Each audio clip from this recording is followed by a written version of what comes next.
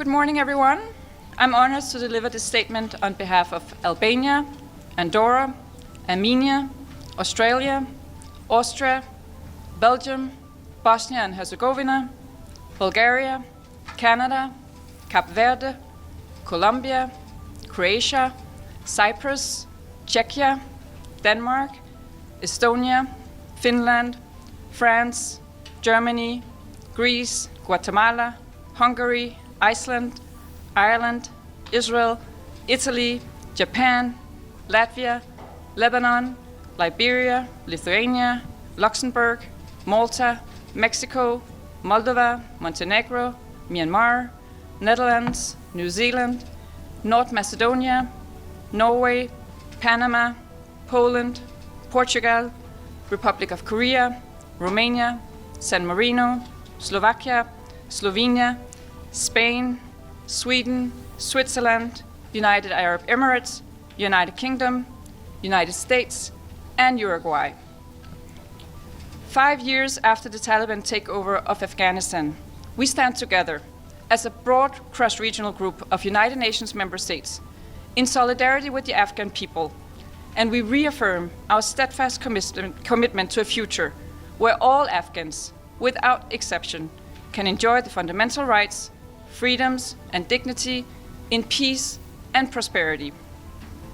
5 years on, Afghanistan faces profound human rights, humanitarian, economic, and security challenges, placing immense pressure on the Afghan people and creating risk for the stability and security of neighboring countries and the wider region. The Taliban's systematic repression of women and girls has become a defining feature of the current system. Afghanistan remains the only country in the world where girls are banned from secondary and higher education. The grave abuse of the right to education is also having far-reaching consequences for Afghanistan's economic development and provision of essential public services. Through an ever-expanding web of discriminatory decrees that further entrench discrimination and weaken women's legal protections, the Taliban continues to strip women and girls of their rights, dignity, and agency. The absence of inclusive governance continues to undermine prospects for lasting peace and stability in Afghanistan. Humanitarian needs remain acute, human rights abuses persist, and terrorist groups continue to threaten the Afghan people and regional and international security.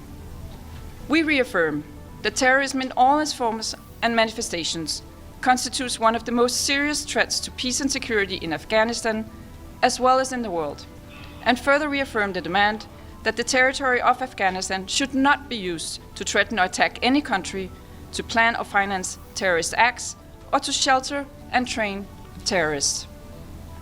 We call on the Taliban to take active measures to strengthen its efforts to combat terrorism, including those individuals and groups, entities and undertakings designated by the Security Council.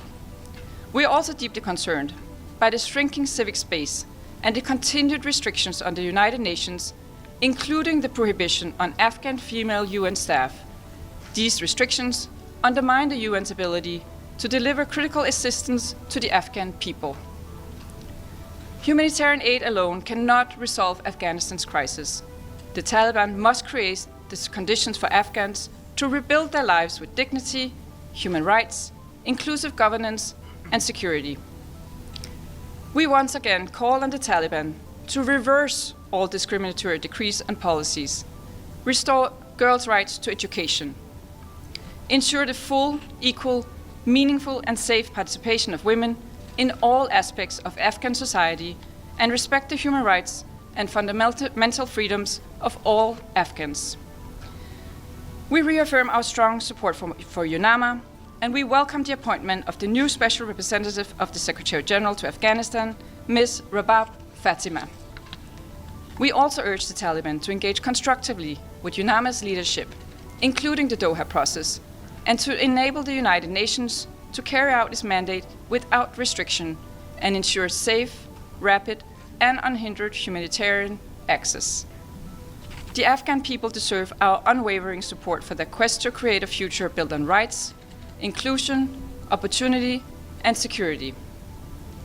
Today, we renew our commitment to keeping Afghanistan high on the international agenda, to working through the United Nations, and to standing with the Afghan people.